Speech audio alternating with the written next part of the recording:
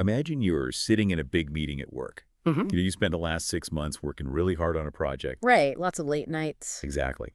And your boss looks at you and asks, hey, how did the project go? And in that really stressful moment, you just say, well, I worked very hard. The team was very busy, but we got some very good results. Oh, yeah. I mean, we hear that all the time. Right. But the thing is, subconsciously, the person listening to you just downgraded your confidence level. You did not sound like a leader. You just sounded, well, a bit basic. Yeah, it falls completely flat. So today, welcome to our deep dive. We are talking all about how to fix this. Our mission today is to explore the mechanics of a vocabulary upgrade. We want to stop using basic repetitive words and instead use powerful, precise language. It is honestly the ultimate cheat code to sound instantly more confident and impressive in English. It really is a cheat code. And I'm so glad we are talking about this because this is perfect for anyone learning English. We are not talking about learning crazy, difficult grammar. It's just about changing one tiny word. But that tiny shift gives you a massive return on how fluent you sound. I am so guilty of this, though. Like, the word very is my absolute default setting in daily life. Oh, I think it is for everyone. Yeah, like if someone asks about my weekend, I say I was very tired. If I am stuck in Bangalore traffic, I'm very angry. If I haven't eaten, I'm very hungry. Why do our brains naturally just grab this basic word instead of something better? Well, it actually comes down to how our brain saves energy. When you are speaking in a second language or even your first language, your brain is juggling a lot. Oh, tell me about it. It feels like a workout. Right. You are thinking about grammar, you are watching the other person's face, you are trying to remember vocabulary. So using an easy word like very saves brain power. You just take a basic feeling like happy and slap very in front of it. Oh, I see. It just gets the job done quickly. Exactly. It gets the point across without you having to search your brain for a better word. So it is basically a mental shortcut, a crutch. Yeah. But the problem is it dilutes what we were trying to say. Yeah, it really does. In the sources we used for this deep dive, there was a great way to think about it. Using very is like adding water to a nice rich soup just to make the bowl look full. Oh, I love that comparison. Right. It fills the space, sure, but it completely ruins the flavor. The soup becomes super bland. But choosing a precise word is like adding a really rich spice. It doesn't take up extra room, but boom, the flavor's amazing. That is exactly it. And the danger of the watery soup is that people just stop paying attention. If you say, I am very, very happy, you are just using extra words to try and show emotion. Like you're just talking louder. Yes, exactly. But if you replace those weak words with one strong word, like saying, I am thrilled, it changes everything. You show people you are totally confident in your English. You know the exact tool for the job. Wait, let me ask you this, though. Is using the word very actually bad? Like, is it a grammatical mistake? Because I don't want anyone listening to panic every time they say it. No, not at all. It is definitely not wrong. Basic English is totally fine to get a point across. If you say you are very tired, people will understand you perfectly. Okay, good. So nobody is going to jail for saying very. No vocabulary police here, but it is a missed opportunity. If you are just talking to a shopkeeper, maybe it doesn't matter.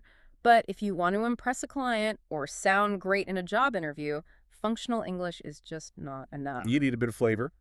You need the spice. Exactly. You want to sound like a native speaker, not a textbook.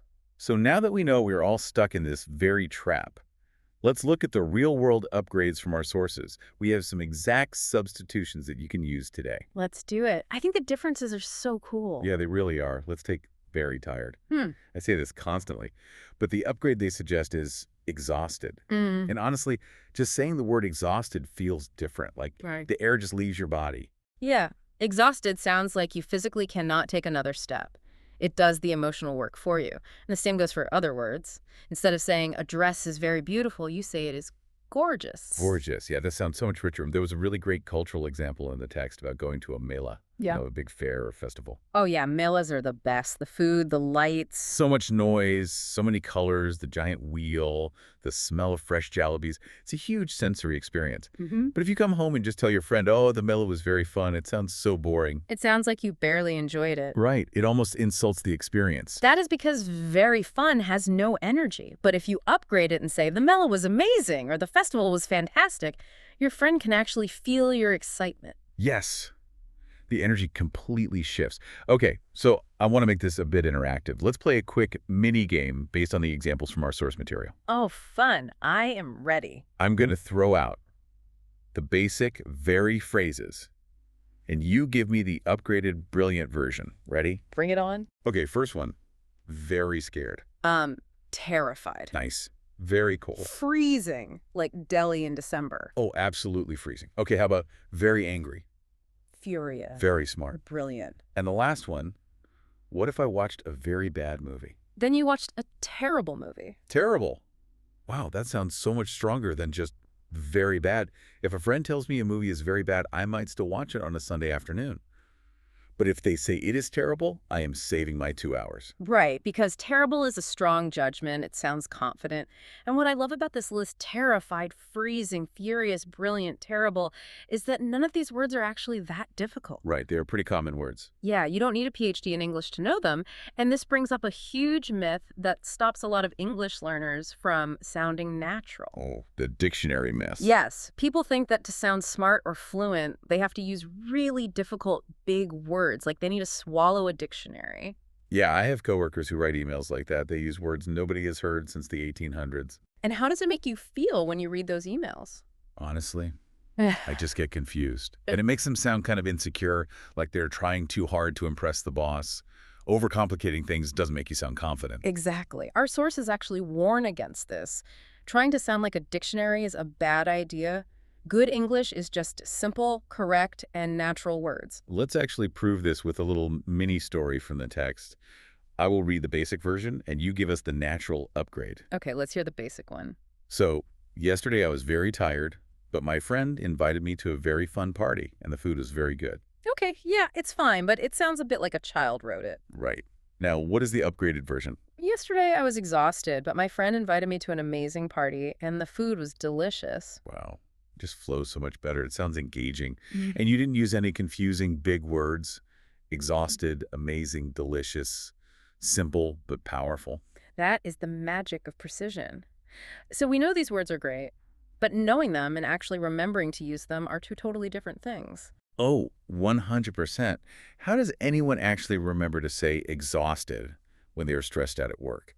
How do we integrate this so we don't forget it the second this deep dive ends? Well, the source material gives us a very specific 4-step daily plan, and it is super practical. Step 1 is simply to learn 5 new words every day. Just 5. That seems really low. Should we try to memorize like 50 words a day to learn faster? Definitely not. If you try to learn 50 words, you will forget 49 of them by tomorrow.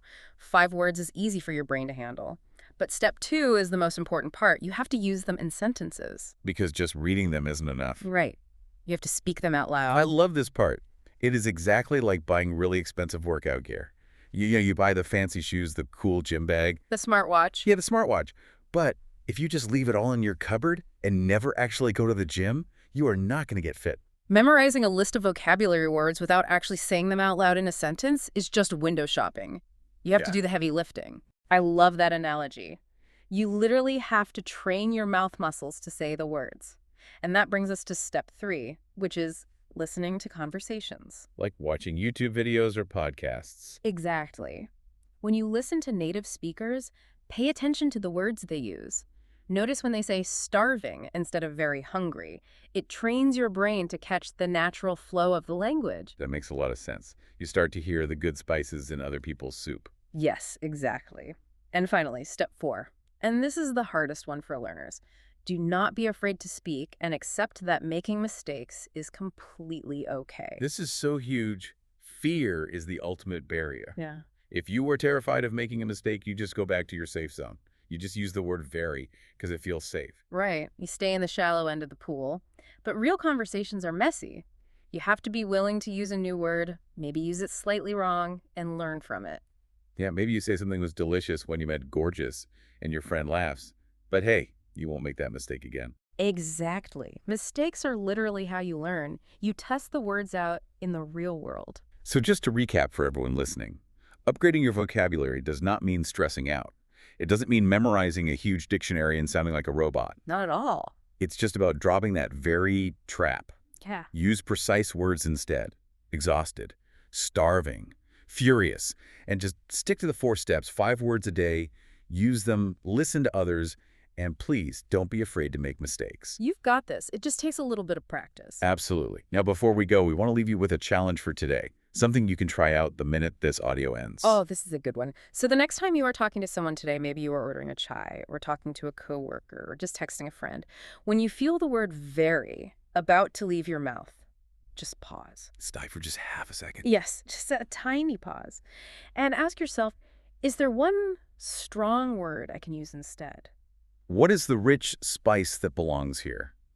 That half-second pause is where you really upgrade your English. I really hope everyone tries that today.